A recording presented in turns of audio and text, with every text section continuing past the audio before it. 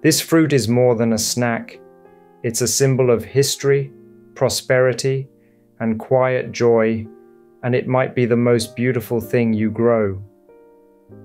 In this plant portrait, we trace persimmon's journey from a Beijing hillside to our Los Angeles backyard, meeting the divine fruit and its American cousin.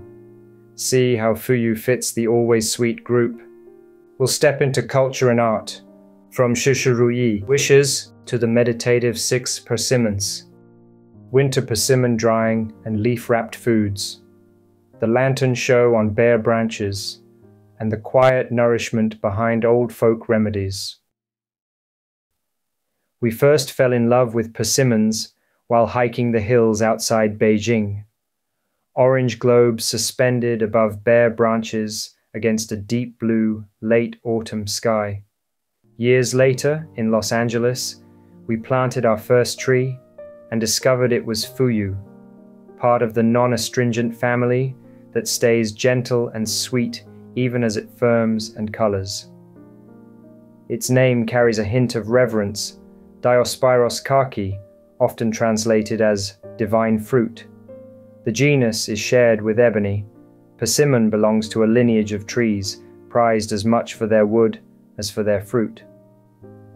Across the ocean lives a North American cousin, Diospyros virginiana, the American persimmon, smaller fruit, big flavor, long gathered and used by indigenous peoples for breads, puddings, and country wines. Different branches of one family, each adapted to a place.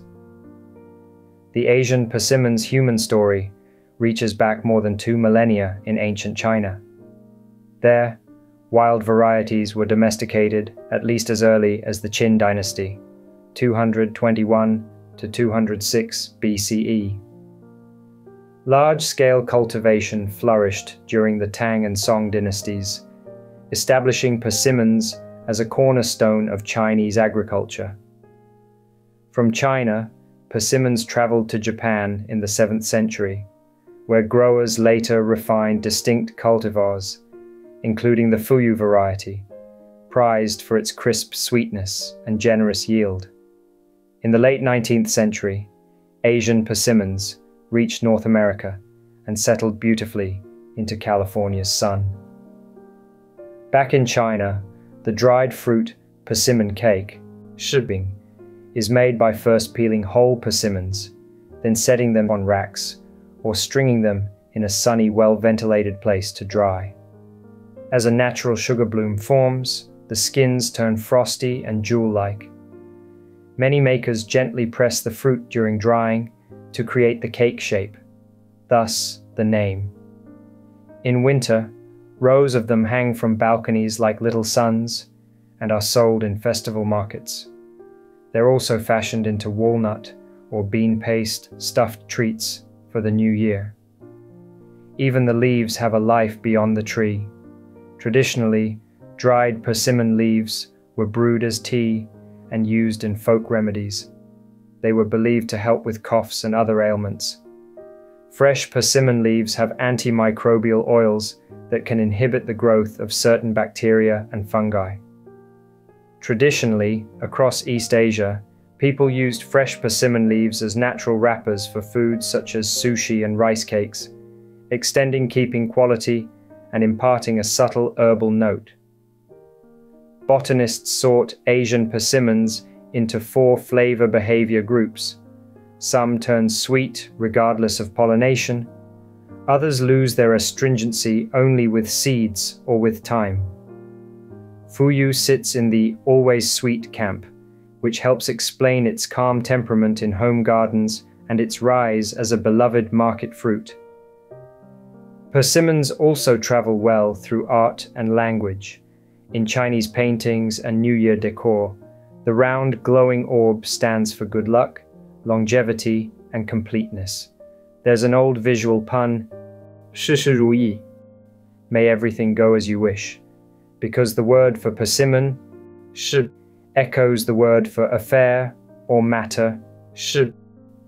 Hence its popularity in motifs wishing for academic success, prosperous business, and career promotion. In Chan Buddhism, popularly known as Zen in this country, the famous ink painting Six Persimmons, attributed to the Song dynasty monk Muqi, invites stillness and discernment. Forms alike yet distinct in size, shape and readiness, ripeness as a spectrum, attention as a practice. The motif continued to inspire 20th century painters, and still does. The tree itself asks you to slow down. Spring begins almost in secret, with cream-colored blossoms tucked into leaf axils. Leaves emerge a soft green, deepen to glossy summer green, then, if you let the season ripen, flare gold to ember and let go, leaving the fruit shining like lanterns on bare wood. Some years we harvest early to share less with birds and squirrels. One year we protected a few and waited for the full lantern show. It felt like a small, private holiday.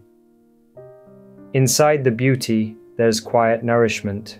Vitamin C and E, fiber, potassium, and the beta-carotene that becomes vitamin A, and, in traditional Chinese medicine, a cooling nature.